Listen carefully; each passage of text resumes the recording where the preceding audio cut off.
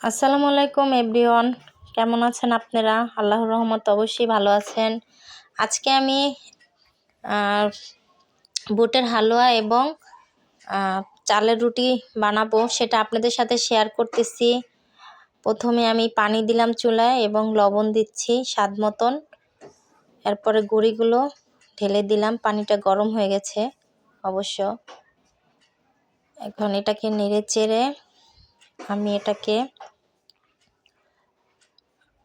কিছুক্ষণের জন্য অবশ্য নাড়াচাড়া করে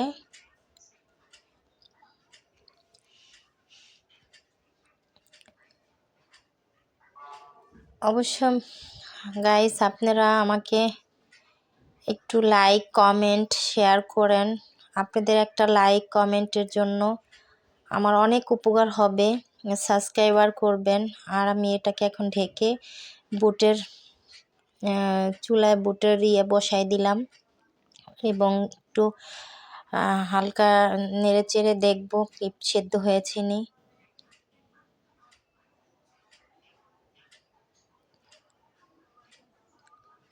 অবশ্য একটু সেদ্ধ হয়ে গেছে। এখন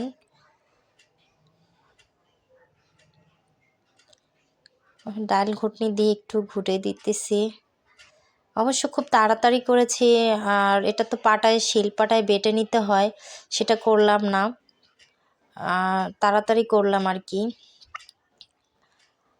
স্বাদ মতন চিনি দিয়েছি এবং গরম মশলা অ্যাড করলাম।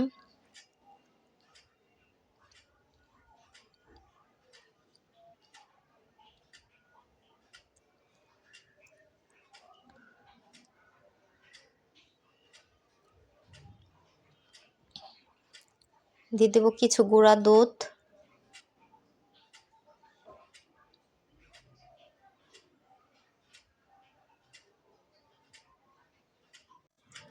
দিয়ে দিলাম পরিমাণ মতো ঘি, স্বাদটা বাড়ানোর জন্য।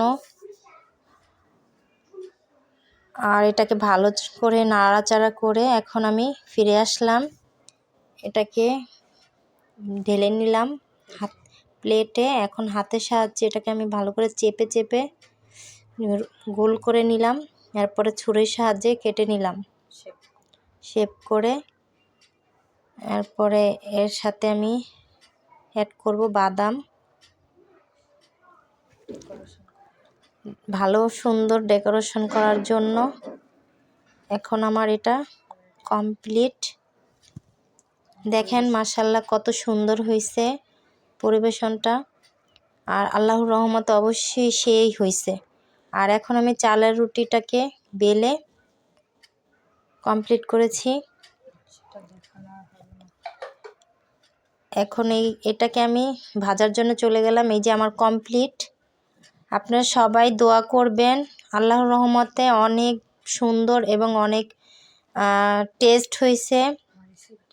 আপনারা একটু জানাবেন আমার রেসিপিটা কেমন হয়েছে। আসসালাম।